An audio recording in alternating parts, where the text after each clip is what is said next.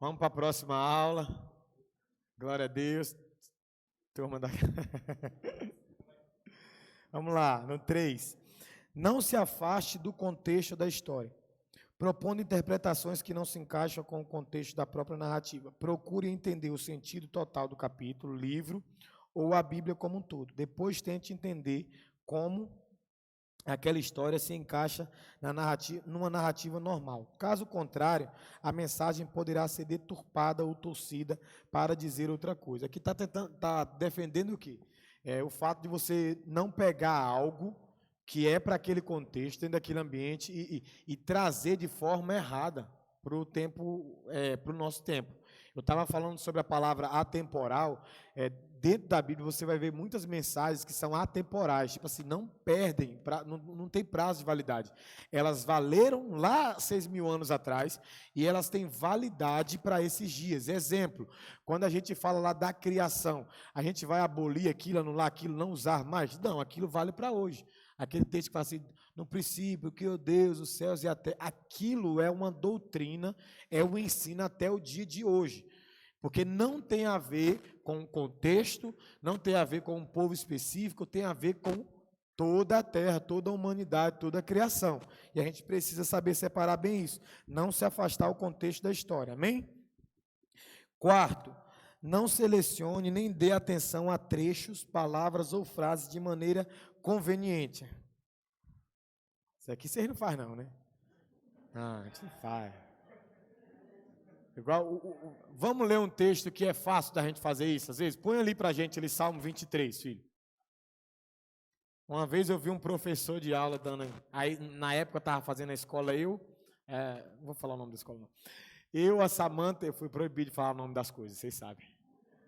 Eu, a Samanta e a pastora Jeandra, a gente estava fazendo um curso, aí uma mulher estava falando sobre prosperidade, era uma aula que tocava muito nessas questões, sobre a bênção de Deus. Aí ela usou Salmo 23. Salmo 23 tem quantos versículos? Quem sabe? Quantos versículos tem Salmo 123? Salmo 23, perdão. Eu falei 100, não foi? 23. Ninguém sabe, não? Então abre e confere aí, gente. Que isso, gente? O Senhor é meu pastor? 12? 6. Ah, Tiago pegou a cola lá. 6. Olha só. Olha que coisa interessante. Tiago, tem um versículo aí que você não vai ler. Você não vai ler um versículo aí. O que fala, ainda que o ano não vale sobre da morte. É o 3 ou o 4? É o 4? Você não vai ler. Você vai pôr ele ali, você vai pular ele, beleza? Olha só o que a pessoa fez na hora de ensinar o Salmo 23. Ó. Aí a pessoa, o Senhor é meu pastor, nada. Olha, conveniente demais, né? Poxa, o Senhor é meu pastor. Deitar-me faz em verdes, guia-me mansamente a águas tranquilas. O 3 também, promessa. Refrigera a minha alma, guia-me pelas veredas por amor do seu. Pulo 4, foi isso que ela fez. Pulo 4, isso. Preparas uma mesa perante mim na presença dos meus inimigos. Olha, unge a minha cabeça com óleo e o meu cálice transborda. Certamente que a bondade e a misericórdia do Senhor me seguirão todos os dias da minha vida e habitarei na casa do Senhor por longos. Deixa até aí por enquanto, segura aí. No dia que a pessoa ensinou Salmo 23, ela teve a cara de pau de ler esses 5 versículos e não ler o versículo 4. E às vezes, nesse ponto aqui, está falando o quê? Para a gente não pegar trechos, que a Bíblia não é caixinha de promessa. Para ficar mais claro. A Bíblia não é, o cara faz a caixinha de promessa, todo dia a pessoa acorda, vai lá na caixinha de promessa, o Senhor é meu pastor, nada me faltará, ele sai, o Senhor é meu pastor, nada me faltará. Aí o outro, unge a cabeça com uma mesa para o meu inimigo, envergonha ele, Jesus. A caixinha da promessa, não, tem que colocar a Bíblia toda, porque em algum ponto você colocar a Bíblia toda, você vai pegar assim na hora que você puxar o papelzinho, filhos do diabo, se arrependam, para não... Está na Bíblia isso, está na Bíblia. Então, pegar a caixinha de promessa é fácil, trazer o que é conveniente é fácil. A Bíblia não é um livro de conveniência, de você ir lá, pegar as partes que você gosta, as promessas que você gosta, aquilo que você entende que é interessante para a sua vida. Opa, isso é para mim. Não. Deus, ou você quer Ele totalmente, ou você não quer. É tanto que o maior mandamento é o quê? Amar a Deus. E aí, quando vai na raiz, tanto em Deuteronômio, e acho que é Lucas que fala na raiz também, não fala só amar a Deus sobre todas as coisas, fala como? Com todo o teu, com toda a tua, com todo o teu entendimento. Amar a Deus sobre todas as coisas. Então, Deus tem que ser tudo para você. Quando no Salmo 1, no versículo 1 de Salmo 23, diz assim, o Senhor é meu pastor, nada me faltará, não quer dizer, não é aquela promessa, nada vai faltar, porque sempre vai estar faltando alguma coisa na minha na sua vida, aqui na terra, sempre. Por exemplo, você está com a vida financeira alinhada, aparece um problema com o filho às vezes, aparece um problema no casamento. Ali um casamento, filho, aparece um problema na saúde. Sempre vai ter uma coisa faltando. Sempre vai ter, irmão. Agora, quando o salmista diz, o Senhor é meu pastor, vai lá no versículo 1, que é uma coisa que é muito bom a gente aprender, né? Quem é da casa sabe muito já isso aqui. O Senhor é meu pastor, vê que ele mete uma vírgula, e não tem o E que a gente coloca não, né? A gente coloca um E. Vê se tem ali. Não tem. O Senhor é meu pastor, nada me faltará, que é a mesma para a tradução, a mesma palavra para o original. O Senhor é meu pastor, e por Ele ser o meu pastor, eu não sinto falta de nada. Essa é a tradução real. Se você tiver Deus na sua vida, não importe o que esteja faltando, isso não vai te tirar dele. Ele é suficiente. Amém? Agora vai lá no versículo que a irmã não quis ler para nós. No versículo 4. Olha. Aí, cadê que pega isso aí? Anda com essa palavra no bolso, caixinha de promessa. Ainda que eu ande no vale da sombra, não temerei mal algum, porque tu está comigo, a tua vara e o teu cajado me consolam. Vamos lá, está falando o quê? De dia mal. Sabe o que está dizendo? Sabe o que é vale de sombra da morte? Eu gosto muito de série medieval, quem gosta, com certeza já viu isso. Você ia entrar em alguns países, o que eles faziam para botar medo nos inimigos? Eles pegavam os inimigos que eles matavam, pregavam em estacas e eles colocavam os inimigos na entrada da cidade. Era um corredor com as pessoas mortas na estaca, assim, pendurado. E aí quem entrava, já entrava na cidade com temor. Eu disse, rapaz, se eu não andar certo, eu sou o próximo a vir parar aqui. Então, o que ele está falando? Ainda que eu ande pelo vale da sombra da morte, num lugar perigoso, não temerei mal algum. Então, a Bíblia não é um livro de conveniência. Vai ter dia que a gente vai andar no vale da sombra da morte. Vai ter dia que a gente vai correr sérios perigos. Vai ter dia que a gente vai passar situações difíceis. Então, não é um livro de conveniência, de você ler, só se atenta à promessa, mas não se atenta à responsabilidade. Só se atenta àquilo que Deus pode fazer, mas nunca se atenta àquilo que você deve renunciar. Não é um livro de conveniência, não. Amém? Aí ele vai e fala de outra coisa. Aqui eu amo esse salmo, por quê? Porque o cara é um dos poucos da Bíblia que fala que ama correção. Ele fala assim, ó, porque tu estás comigo, a tua vara e o teu cajado me consolam. A palavra consolo é a mesma palavra para direção, quando você está perdido, e a mesma palavra para acalento. Então ele está dizendo assim, Deus, a tua vara, que é a parte de corrigir a ovelha, de dar uns tapas na ovelha, me consola. Da mesma forma, o ganchinho da vara, lembra da varinha de pastor? É tipo interrogação, lembra? Ele está falando assim, ó, quando o Senhor quiser me abraçar, o Senhor vem com aquela parte do ganchinho. E isso me consola. Mas quando o Senhor vem me corrigir, o Senhor segura na parte do ganchinho e me bate. E isso também me consola. A Bíblia não é um livro de conveniência, que você quer o abraço de Cristo, mas não quer a repreensão de Cristo. Não, você tem que querer o abraço e a correção. Amém? Vamos lá. 5. Não centralize a leitura das narrativas em você mesmo. Os protagonistas. vai lendo tudo e centralizando isso em você. Personalizando-as como sendo um mandamento para você ou um determinado grupo. Quando, na verdade, o propósito não é esse. Esta apropriação indevida e equivocada pode conduzi-la a graves erros. Por exemplo, dizer que Deus quer que reconstruamos o templo porque aconteceu e está escrito na Bíblia, embora Deus fale conosco de forma pessoal nas Escrituras, uma narrativa não tem como objetivo principal fornecer mandamentos claros e específicos. O que ele está dizendo? Existem coisas que é um contexto histórico. Aí, por exemplo, no nosso país tem, eu fico inclinado a não falar, mas falo. Acaba falando algumas coisas. Um cara que vai e constrói o quê? Ele construiu um templo, e segundo ele é o templo de quê? E não é, pô. Seria mais fiel, até mesmo com a casa que ele preside, com a igreja, falar assim, não, esse é o templo do cidadão, né? Porque esse é o templo, né? Então, assim, a gente precisa entender isso. Aí quer trazer uma parada que era só para ter um contexto histórico, aí investe milhões de reais, e escolhe lugar para você aprender isso, tá, gente? Em nome de Jesus.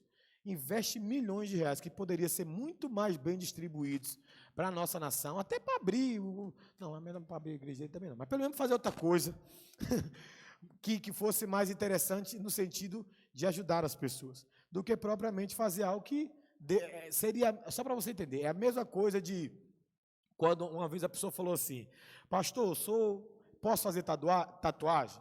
Aí eu falei com ele assim, eu não concordo que faça, só para você entender, para não pensar que é uma coisa pessoal, eu não concordo que faça, mas não é pecado fazer. Eu não tenho uma base bíblica para te dizer que é pecado fazer. Tem uns textos que a galera dá uma forçada ali, mas se você entender ele mesmo literalmente, não é uma proibição, né, de fazer. Mas eu não concordo. Por quê?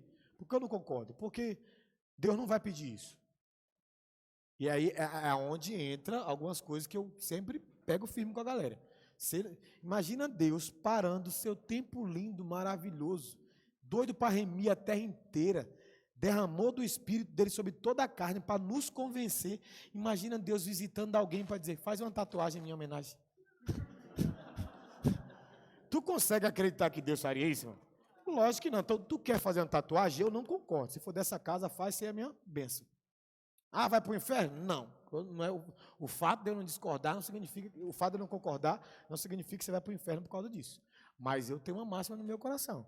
Por exemplo, sabe, eu tenho um projeto de tatuagem aqui que deu muito errado. Eu ia fazer o nome da minha mãe aqui. Na primeira letra, quando o cara me mostrou, eu falei, para.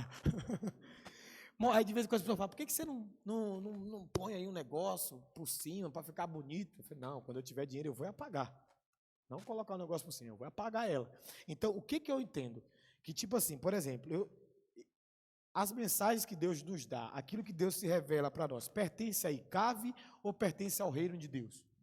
Ao reino de Deus. Então, eu penso a seguinte coisa. Por exemplo, se uma igreja assembleia que crê que tatuagem é pecado, amém? Tatuagem é pecado, que é contra aquilo, e eu não tenho que respeitar eles. Você tem que respeitar eles, irmão. Ué, cadê a ética? Tem que respeitar. Eles creem que aquilo é pecado, eles são contra aquilo. E aí, imagina, vocês acham que eles, sabendo que eu faço tatuagem, eles vão me convidar para pregar lá? Não. Então, se eu não penso em mim próprio, e se eu penso no reino de Deus e que Deus pode me levar naquele lugar, eu não faço. Eu não faço. Agora, é como eu já falei para algumas pessoas que fizeram. Quando fizer, não põe Deus nisso. Tu pode fazer o nome de Deus, de Jesus, do Espírito Santo, botar o cordeiro do lado, o leão do outro, a coisa, pode fazer o que quiser. Não foi Deus quem pediu. Não, só não põe Deus nisso. E lembra, nós não fomos chamados para renunciar só às coisas proibidas, mas também chamados para renunciar até coisas permitidas. Tá? Não é porque não é pecado que eu deva fazer. Comer carne é pecado?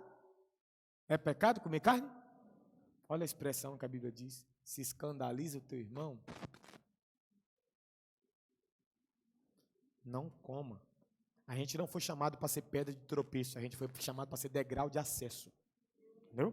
Não era pedrinha de tropeço, nós somos degrau de acesso. Então, eu não estou aqui, demonizando. Não, da igreja já teve gente que fez tatuagem. E eu falo, se tem um significado para você, irmão, então para de se mostrar. Ué. O seu corpo não é para ser mostrado mesmo. Fez? Onde vai fazer? Vou fazer. Não. Se é só para você, um significado para você, por que tem que ficar exposto? Entendeu? Então, se pastor, meu corpo já é todo tatuado, eu tatuo. Amém, irmão, eu respeito. Só que só pensa. Foi Deus que pediu? Não. Pode impedir você de levar uma palavra que Deus te deu em algum lugar? Sim. Então, aí a gente tem que entrar o quê? Em um ambiente o qual, eu não posso cooperar para Deus me impedir de ir em algum lugar, pô. Eu não posso. É isso que a gente tem que entender, entendeu? E, tipo assim, aí por isso que eu falei da outra situação. Aí fica, né, dentro de uns contextos que não tem nada a ver, pegando passagens para forçar as coisas. Porque aí as pessoas falam, descobri que tatuagem não é pecado, agora eu vou fazer? Não, era agora que você deveria não fazer. Agora que você descobriu que não é pecado, é agora que você faz. Não, agora que eu não faço mesmo. Pronto. Por quê? Porque a gente foi chamado para viver uma vida de renúncia. Amém? Amém, gente? Então vamos lá, bora, é isso aí. 45. Não interprete uma narrativa à luz de ideias e conceitos contemporâneos errados, sem antes submeter-se às verdades imutáveis de Deus. Um claro exemplo disso são as pessoas que interpretam as passagens referentes à amizade de Davi e Jonathan, 1 Samuel, capítulo 20, 17 ao 41, como sendo uma relação homossexual. Eles se baseiam no fato de que hoje em dia o homossexualismo é aceitável e incentivado em nossa sociedade. Porém, essas conclusões são incoerentes com o ponto de vista do narrador e também destoam do restante da Bíblia. Então, a gente precisa, como diz aí, não interprete uma narrativa à luz de ideias e conceitos contemporâneos errados. Quando a gente vai ler essa história de Davi e Jonathan, irmãos, a Bíblia fala que eles se amavam muito, mas usa a palavra muito. Era uma amizade assim violenta, ao ponto de que Jonathan avisa para Davi do ódio do pai, avisa para Davi das tretas de Saul, para proteger Davi, coisa e tal. Eles tinham, de fato, uma amizade assim, além daquilo que a gente está acostumado a ver. E aí o que a pessoa faz? Igual eu vi a Carol Bazzi falando em uma das aulas dela, que eu achei fantástico, que é o mesmo a gente pode usar o mesmo dentro do mesmo texto. Uma mulher, ela era da igreja, e a filha dela se tornou homossexual. E aí ela foi e rejeitou a filha dela do homossexualismo, rejeitou a filha dela por causa do homossexualismo, não soube lidar com aquilo, não soube amar e orar, e rejeitou a menina. E a menina, por causa dessa rejeição, foi e tirou a própria vida. E aí, ao tirar a própria vida, essa mãe entrou em um outro ambiente de erro. Qual foi o ambiente de erro? Ela agora prega, ela é pastora de uma igreja, e nessa igreja ela prega que os homossexuais podem ser salvos. Então, viu como é perigoso? Olhar um texto, e aí ela usa essa base desse texto, falando o quê? Que Davi e Jonathan tinham um relacionamento homossexual. Então, aí você pega aquilo ali, que, sem entender direito, dentro de um contexto contemporâneo, traz para outro e dá uma forçada, você vai querer liberar as coisas. Entendeu? Então, ela saiu de um erro, porque ela cometeu o erro. Qual foi o erro? Não é porque o seu filho tomou uma decisão errada que você vai rejeitar ele. Deixa ele no ambiente, traz ele para a igreja, deixa Deus convencer, porque Deus convence. Amém? Deus convence. Liberar uma palavra sobre nossas vidas. Se um dia nossos filhos, por algum motivo, se desviarem, o Senhor não vai deixar eles sair da casa de Deus e vai restaurá-los aqui mesmo. E nós não vamos cooperar para afastar eles do Senhor. Amém? Então ela cometeu um erro, que foi rejeitar a filha. E depois cometeu um erro pior ainda. Depois da morte da filha, não soube lidar, abriu uma igreja, e hoje é uma igreja de homossexuais. Já a quantidade de gente enganada lá. Então a gente tem que ter cuidado com isso aí. Amém? Vamos aí, dissecando uma narrativa. Pula aí. Dissecando a narrativa. Sabe o que significa a palavra dissecar? Selecionar os elementos. Escreve aí, selecionar os elementos.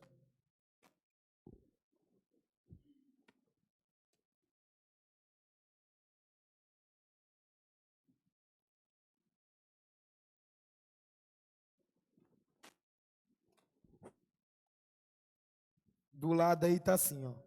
Narrador, quem é o autor ou narrador do texto, como ele se apresenta.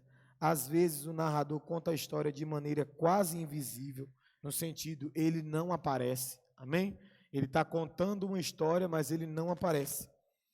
Mas às vezes ele aparece mais. O autor, narrador, faz comentários sobre os fatos, ele mesmo produz as interpretações. Leitor, para que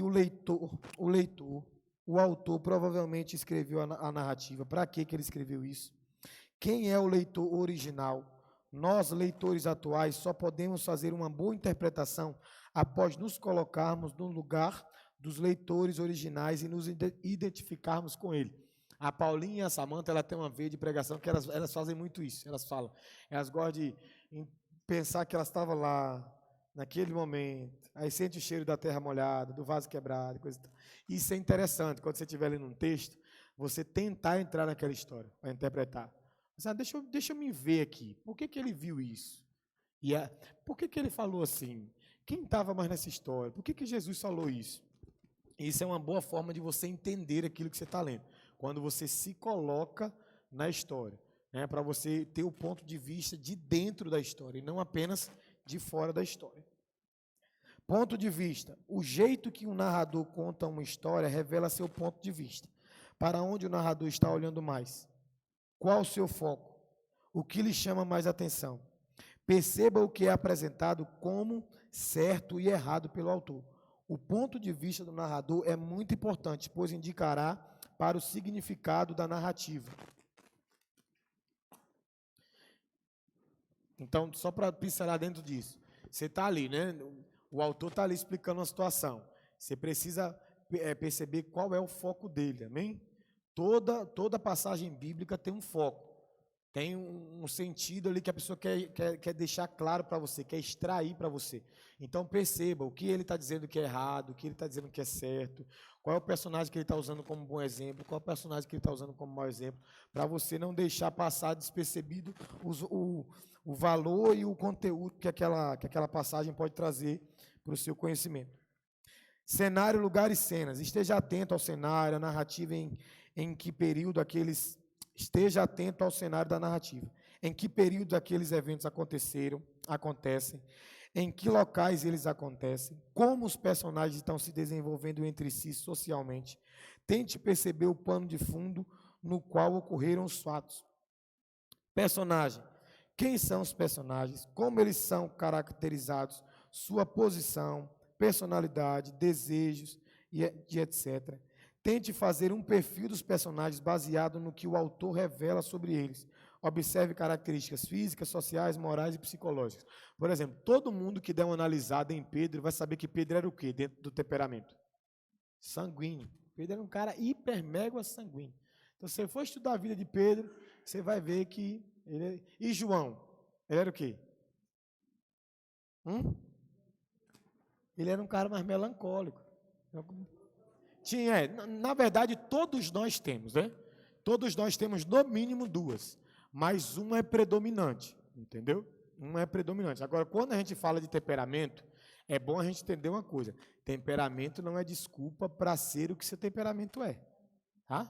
Tem até um livro, eu sempre esqueço o nome dele, mas procura dar para achar. É Os 4 Temperamentos debaixo do Governo de Cristo. É algo mais ou menos assim, que é bom para você entender. Porque Pedro não perdeu o temperamento dele, mas em algum momento aquele temperamento foi sufocado pela presença do Espírito Santo. Então, meu temperamento é esse mesmo, eu sou meio enérgico. Até o Espírito Santo vir te transformar numa mocinha. Amém? Eu sou meio ignorante. Até o Espírito Santo vir deixar você dócil. Amém? No sentido de que a gente não precisa perder o nosso temperamento, o nosso perfil, mas ele não pode afetar quem Deus quer que a gente seja. Amém? Você não vê os profetas tendo perfis, eles eram duros, eles eram precisos. Por exemplo, Jeremias era muito duro em suas palavras. Ele era, cara. Você chega diante dos caras, mas ao mesmo tempo era um cara que Deus teve que pedir para parar de orar pelo povo.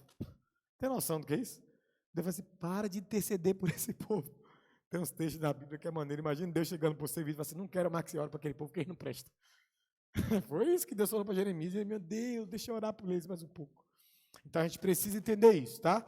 Os nossos temperamentos. Os personagens, é bom você perceber por quê? Porque na hora da sua ministração, na hora do ensino, você vai criar ou identificação com, de repente, alguém que você conhece, para você ter sabedoria para lidar.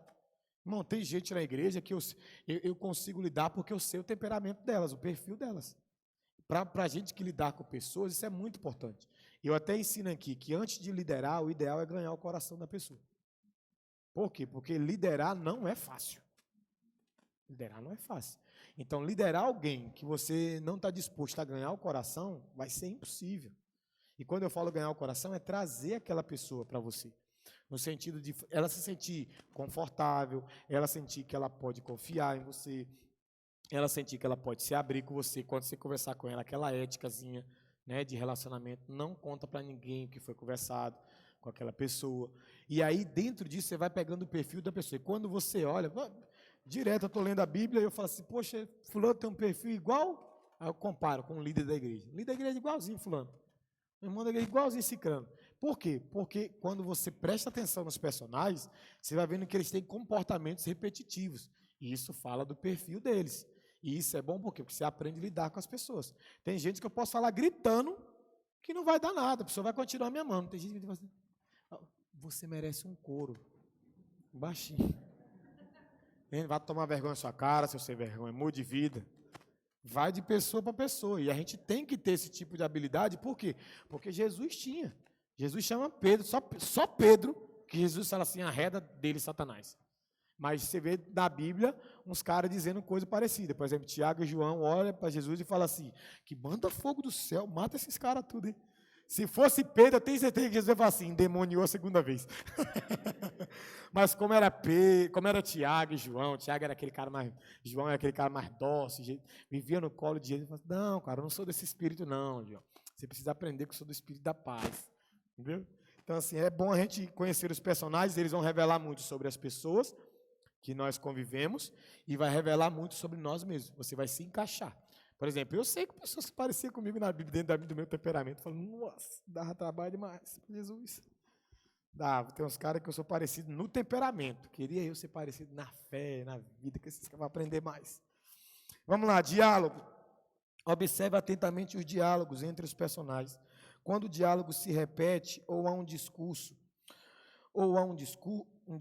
a intenção do narrador é resumir o que importa naquela história. Então, se está repetindo o diálogo, o assunto, ele quer mostrar para você que aquilo tem uma importância, amém? É importante observar como a história é contada, ou seja, o seu enredo, como o autor conta ou narra a história, qual é a sucessão de acontecimentos. E aí pula esse primeiro aí e vai para lá assim, o que é a lei? Está vendo aí embaixo aí?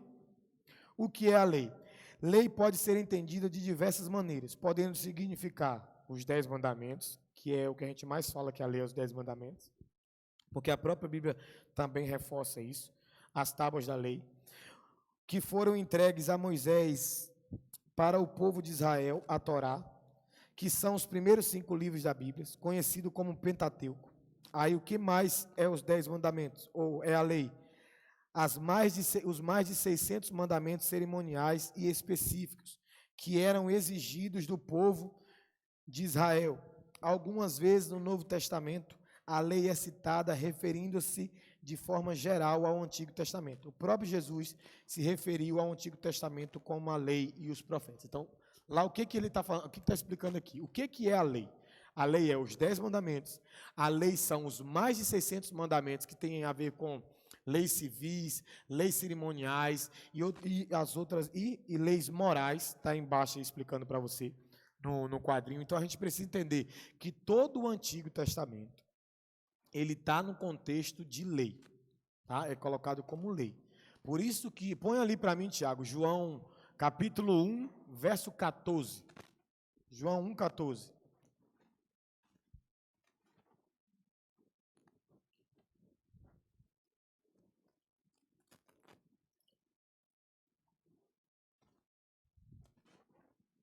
Olha lá.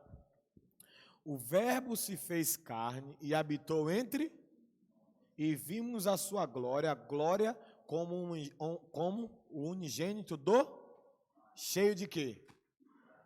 Cheio de graça e verdade, cheio de amor e verdade. Então a graça tem a ver com a palavra amor. Em algumas traduções aquela palavra ali é amor, graça ali é amor.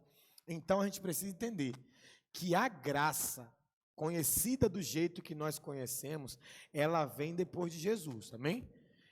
Deus tinha graça no Antigo Testamento? Claro que tinha, mas no Antigo Testamento a base era o que? Era a lei. Então todas as vezes que você vê o Antigo Testamento, ainda que você enxergue graça, porque tem muita graça lá, Deus estabeleceu os 10 mandamentos, Deus estabeleceu os mais de 600 mandamentos cerimoniais, civis e morais, Deus estabeleceu todo o Antigo Testamento e isso era lei. E aí o que eu preciso entender? A lei não salva, mas ela revela. Escreve aí. A lei não salva, mas ela revela.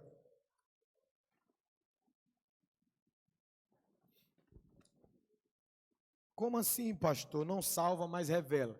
Porque tem gente que anda na graça e pensa que a lei não presta. E a lei presta, tá, gente?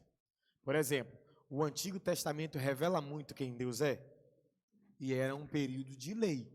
Revela justiça, revela santidade, revela soberania, revela onisciência, revela presciência, revela muito dos atributos de Deus, estão revelados num período de lei. Então, a lei não salva, por quê? Porque só pode ser salvo, segundo Efésios 2:8, a gente é salvo pela graça. Isso não vem de nós, é dom de Deus. Não vem por obras humanas para que ninguém se glorie. Então, a lei não tem o poder de salvar. Mas no período da lei, a gente vê muita revelação de quem Deus é, muito conteúdo. É aquilo que a gente falou. Ah, eu gosto mais do Novo Testamento. Você não foi chamado para gostar mais do Novo Testamento. Você foi chamado para viver mais o Novo Testamento. Diferente. Entendeu? A gente vive mais o Novo Testamento. Porque, por exemplo, são 7 alianças. Quantas? A edêmica, do Éden. A adâmica, de Adão. A noética, de Noé. A abraâmica, de Abraão. A davídica, de Davi. E a lei perfeita, que é a de Davi. É isso mesmo, deu 7, entendeu? Deu 6, são 7. A mosaica, eu não falei de Moisés, não? E a mosaica.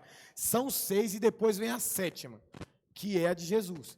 Então, claro que nós vivemos a geração de Jesus, amém? A geração perfeita. Então, óbvio que a gente vive mais o Novo Testamento do que o Antigo Testamento. E o próprio Cristo, o próprio Paulo, na Santa Ceia, ele fala isso. Ele fala assim, que o sangue é a nova aliança. Ou seja, é a nossa forma de vivermos. Na época de Abraão, se vivia na aliança abraâmica. Na época de Noé, se vivia na aliança noética. Na época de Moisés, se vivia a aliança mosaica. Todas aquelas alianças faziam parte da lei. Então, nós vivemos hoje a aliança de Cristo.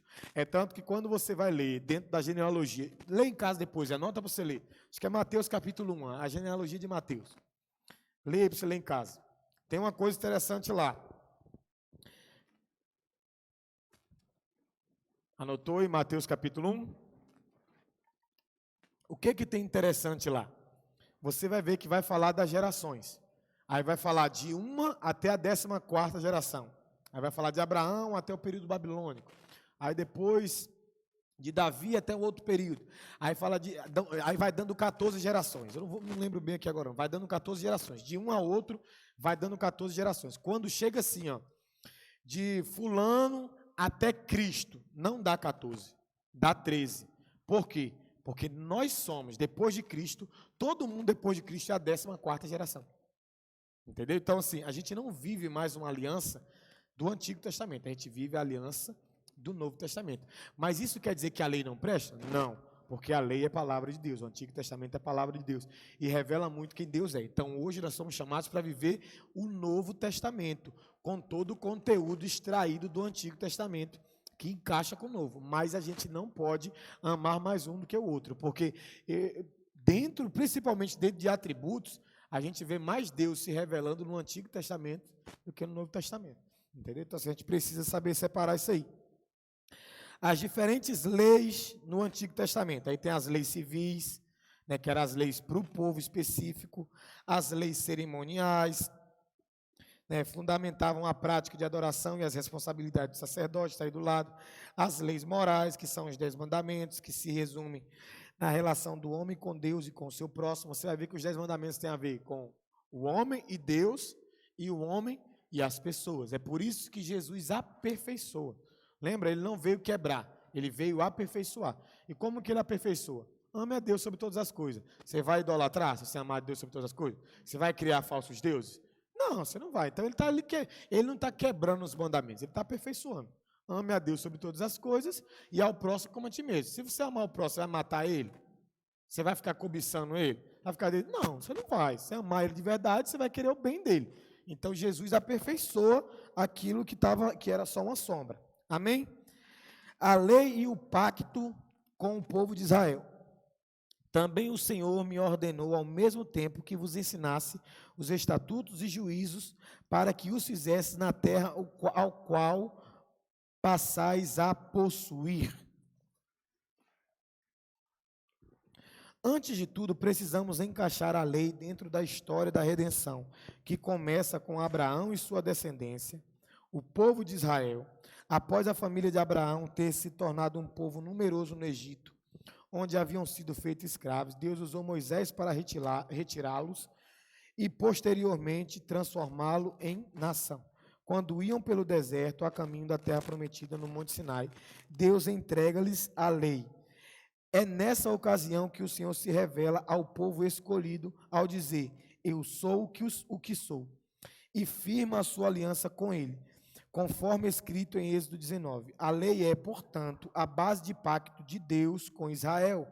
Um contrato foi estabelecido para que as duas partes cumprissem suas exigências. Então, Deus ia cumprir o que tinha falado e Deus queria que Israel cumprisse aquilo que ele tinha estabelecido. Então, nosso relacionamento com Deus até hoje, né, porque hoje, dentro do contexto de Nova Alianças, é assim, aquilo que a gente conhece. Numa sociedade, você tem deveres e você tem direitos. Com Deus é a mesma coisa. Você está andando com Ele, você tem os seus direitos. Direito à salvação, direito a uma família abençoada, direito à libertação. Quem anda com Deus tem direito a essas coisas. Mas você tem deveres. Você tem que andar de forma santa. Amém?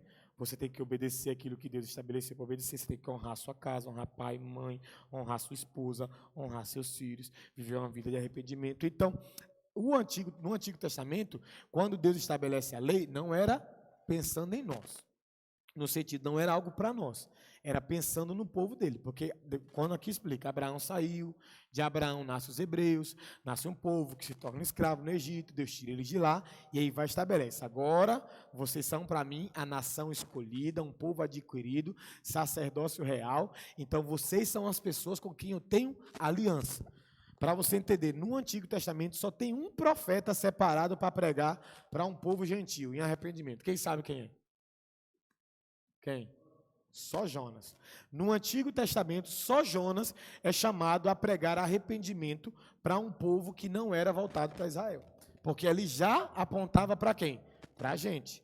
E no sentido literal do texto, a Paulinha já pegou sobre Jonas, ela vai lembrar. Ela prega sobre Nínive. Nínive se arrepende, mas depois volta a qual estado? Ao mesmo estado, e aí vem punição sobre Nínive. Ali estava apontando para a gente, porque tudo aponta para Jesus e para a consumação das coisas. Então, nós éramos ali Nínive. E aí Jonas prega para Nínive. Nínive se arrepende. Depois ela se arrepende de ter se arrependido. E volta a ser quem era. E aí depois, ao voltar a ser quem era, ela é destruída. É aquilo que Paulo fala em Romanos 11.